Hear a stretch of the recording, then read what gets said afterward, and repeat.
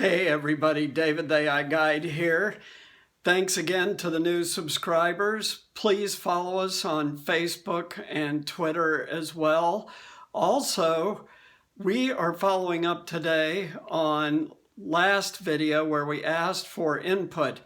So we would still appreciate your comments and feedback on how we can help you, because the mission of the AI Guide is to help you find an AI-safe career that is unlikely to be automated. And there's a lot of news about automation, which we will cover in our next video, but it's ongoing rapidly. So today is a follow-up to the request from subscriber or viewer Kev Morris 3000 about how AI is used in your day-to-day life, not rather than business. And it struck me that there's something very important to talk about. So one of the ways that AI is used is in social media, and this is where it gets really important to talk about the use of AI this way. So the AI algorithms used by Facebook, Twitter, Instagram, and Snapchat and others are very sophisticated. So when you like something or share it or show in some way that you're interested in it by stopping scrolling and viewing it, this is all recorded and kept by the AI algorithm behind these social media platforms. Like everything else, this is good and bad. So the good part is that you can easily find new material and new content that you're already interested in.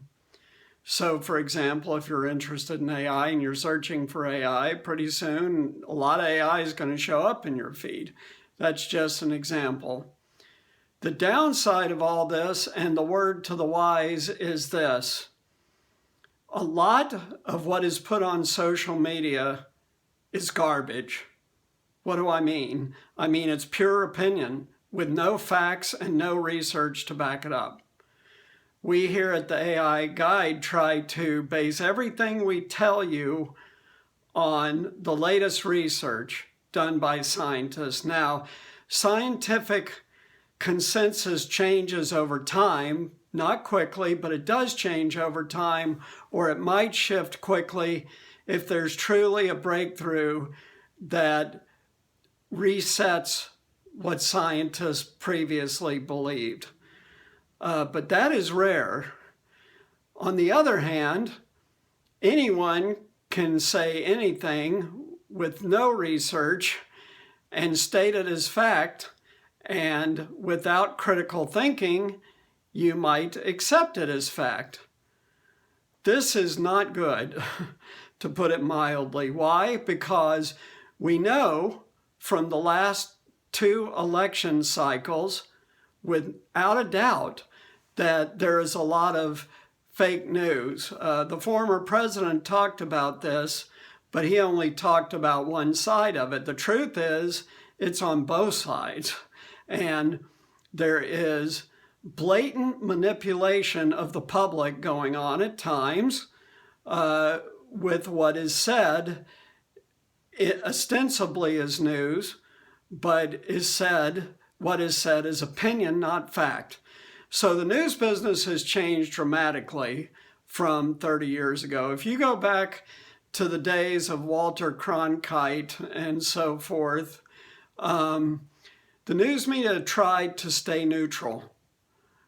They weren't, of course, but they at least tried. They tried to present both sides of any story. That has completely gone out the window in the last 30 years, so that now all you're getting is a highly slanted, highly partisan point of view presented as news. The problem with this is that it can lead to flawed thinking. And this can harm you in a lot of ways.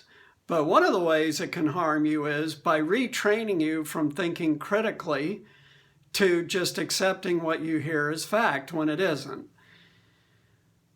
It's really, really important, and one of the reasons I started the AI Guide was to get the facts about AI out to the general public so the general public can prepare themselves for the wave of serious and automation and disruption that is now approaching rapidly. So you guys have all heard about people talk about exponential technologies and the hockey stick, right? At that corner of the hockey stick is what is called the deceptive phase of exponential technology, meaning that very rapid change is happening, but most of it is invisible. Today we're talking about the use of AI in social media, and it's also used, by the way, in your streaming services, Netflix or whatever. Anytime you watch something or rate something, the AI is providing you more content that you want to see, which is really good, but sometimes you need to change it up and watch something that you normally would never watch so that you keep your mind open. Another way that AI is used is in modern email applications. So you guys have seen this in Google. Google is now suggesting half of your email or more than half of your email response when you receive and open an email. It's magic compared to what was happening even 2 years ago. And a lot of this is tied to GPT-3, which was invented by OpenAI, based on the transformer technology that we talked about 2 or 3 videos ago. But this has revolutionized natural language processing. It's a complete change. So these are ways that AI is being used in your life right now, every day, in your email, in your streaming, and in your social media. But you do want to try to be aware of this and understand that all uses of AI and any technology have good things about it and not good things about it. And when it comes to social media in particular, you don't want to live in a very slanted bubble because that's not the real world. It isn't. And it can lead you to make bad decisions that harm your life. So be open to other points of view, but mostly be aware that social media can manipulate your point of view. And if you're aware of it, then it won't happen. So thanks a lot. We'll pick up again next time with, I said, breaking news and automation. In terms of jobs, obviously, there's a lot of opportunity in AI programming. We'll talk more about that in a couple episodes specifically, but the activity in AI has picked up dramatically, which means there's an immediate shortage of programmers.